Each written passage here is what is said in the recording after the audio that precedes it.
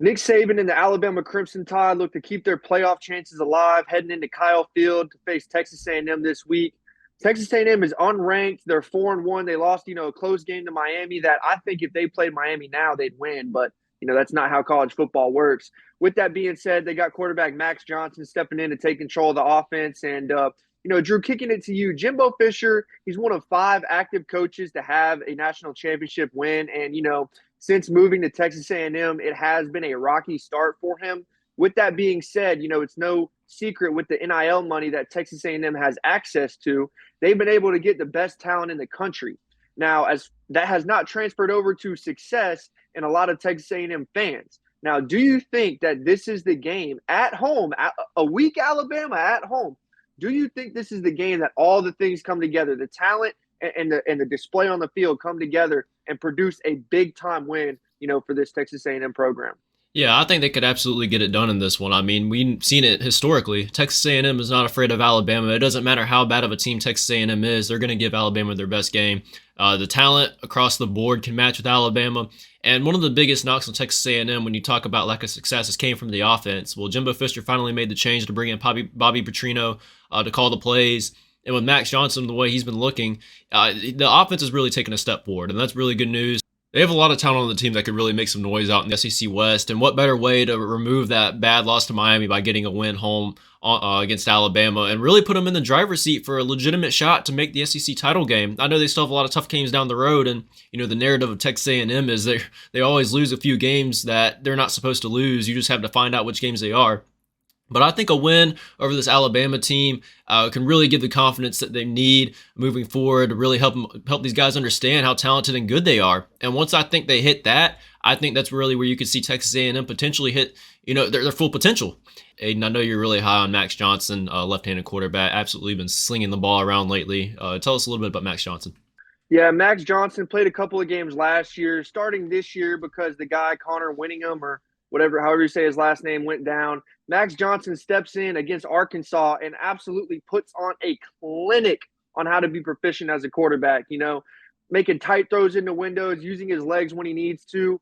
And, let me just say this, with the talent that Texas A&M has, from their skilled players on offense, if you have a quarterback like Max Johnson, who's a gunslinger, who's not scared to make tough throws into tight windows, any team that plays Texas A&M could be in trouble. Max Johnson at the helm of this offense is a completely different offense. I don't know what changed from Max Johnson, last year to this year, but he has completely, fully taken a turn in his development and looks to me like an NFL quarterback. I was shocked watching what he did against Arkansas, making some great throws and really just great decisions with the football in general. Of course, we look at this Alabama defense. They're not where they've been in years past. Now, they are still a great defense. They are still one of the best defenses in the country, but still, not a, legendary Nick Saban defense like we've seen. Will they be able to put the pressure on Max Johnson and keep him uncomfortable? Because Max Johnson looked comfortable against Arkansas, and as the game went on, he just looked more and more comfortable. It will be a problem if he gets in the same zone against Alabama that he was in versus Arkansas. Yeah, one of the most impressive things about Max Johnson, there's a lot of quarterbacks out there that are capable of making throws, when they have a clean pocket and everything. But he was making a lot of these throws in tight windows while under pressure. I mean, Arkansas was getting really good pressure on him. He was sat in the pocket. He was calm, cool, and collected and would deliver, balls with some touch, some rockets down the middle of the field. I mean, like you said, he just looked like a genuine NFL quarterback back there against Arkansas. And that's the kind of quarterback you need when you want to take down a Nick Saban team. Alabama's defense, like you said, it's not as elite as it's been in years past. I do think it is one of the strengths of this Alabama team this year, considering how the quarterback play has been. I do think Alabama played really well against Mississippi State, and we saw a totally different Nick Saban in that game too. I mean, there's clips you can find all around. It looked like old Nick Saban, the way he was getting on the players, getting on the coaches. You saw Tommy Rees, both hands on his head, like just stressed out while on the phone with Saban. Saban is trying to really get it through to this team, their potential, and they have a chance to really undo the Texas loss, similar to how Texas A&M can undo that Miami loss. There's a lot to play for in this game from both sides. I mean, this is an Alabama team that you can never count out, but they're going to have a really tough test here on the road at Texas A&M. I think Alabama's currently 2-point favorites. I do want to talk a little bit about the quarterback situation for Alabama. What kind of Jalen Milroe are we going to see on the road here in a hostile environment? Kyle Field is not an easy place to play. They seed over 100,000 plus. Texas A&M with everything the season, all their hopes still in front of them, you're going to have a crowd that's fully into this game. And like I mentioned before, even the worst of Texas A&M teams have been able to compete and even sometimes beat Alabama when Alabama was a much better team. Obviously, the last time Alabama came to Kyle Field, Texas A&M got the win. And Texas A&M was nowhere near, I think, where they are today offensively. So I think Alabama's in for quite a test. This isn't going to be an easy game for either side. I wouldn't be surprised to see this game to be low both to be honest with you. I expect both teams to be able to put together some decent drives, move down the field. But I really think the key to this game is if you get inside the red zone, you're going to have to score touchdowns. Yeah, you mentioned it, Coach Saban, going a little old school in his style of coaching. And I think that this Alabama team's going old school in general. They don't have a dominant quarterback that can throw it anywhere on the field. They're leaning a lot more on the run game and, relying on controlling the clock offensively to keep the other team's offense off the field. And they are going to have to rely on that defense if they want to win games with that style of play. And you mentioned it. What Jalen Milroe are we going to get?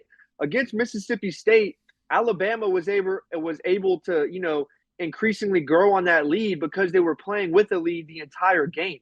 When there's no pressure on Jalen Milroe to make a throw or make a first down on a third down, he can command an offense. Now, when Jalen Milroe is forced to make tight throws and stay in the pocket, that's obviously where you see the issues from Jalen Milroe. But this Texas A&M defense is no joke either. The Alabama defense is good, but this Texas A&M defense is top 15 in pretty much every category, passing yards allowed, third down conversions, and they're top 5 in total defense. So I really liked what I've seen from this Aggies front seven. I think that if they can stop the run, Alabama's going to be in trouble. And you mentioned it, playing at Kyle Field in front of over 100,000 people. That could be, an issue for this Alabama offense who's already been showing struggles. The run game travels. You can run the ball if you're going to play in Alaska. Now, the passing offense and the threat of that, that is obviously going to be a lot more impactful at home. But like we mentioned, Alabama, throwing the ball is their weakness. But with all that being said, I think that this Texas A&M team just has too much talent.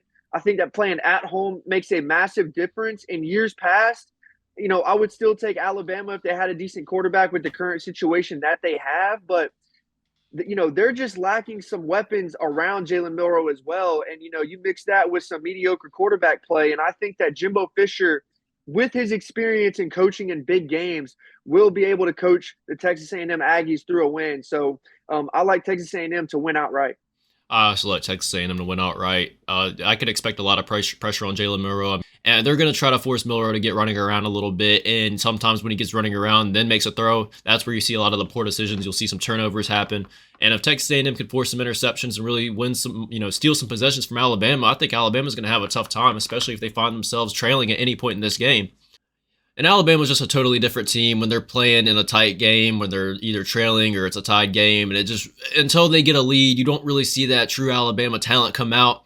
And if they find themselves in a situation where they're struggling to move the football and they see a couple possessions that sputter, you could see Texas A&M really take advantage of that and maybe even build a double-digit lead at a point in this game. And I think if that's the case, I think the game's over. I just don't think Alabama has a quarterback that's good enough to throw them back into the game, which they might need in this one. So like that. With all that being said, I like Texas A&M to win this game outright. Yeah, and the last thing I want to say, I almost forgot to mention this. Alabama's O-lines look absolutely pitiful. They haven't been able to protect Jalen Milroe when he has to throw the ball. Those two tackles, I know one of them's a freshman, but in the Texas game, he was going against a freshman defensive end and still getting cooked in a freshman-on-freshman matchup. So that's going to be a problem for Alabama as well. But that's going to wrap it up for this video, guys. We did a live stream yesterday. We're going to start streaming, around 10 p.m. a couple nights a week. We're going to be going live on Thursday at around 10 p.m. So be on the lookout for that. We're going to be posting more information as that gets closer. But if you're still watching, we really appreciate it. Let us know in the comments what you guys think, what you agree or disagree with. And also, please like the video if you're still here. That makes a huge difference for our channel. It really helps us out. We appreciate all the support. And, yeah, we'll see you in the next one.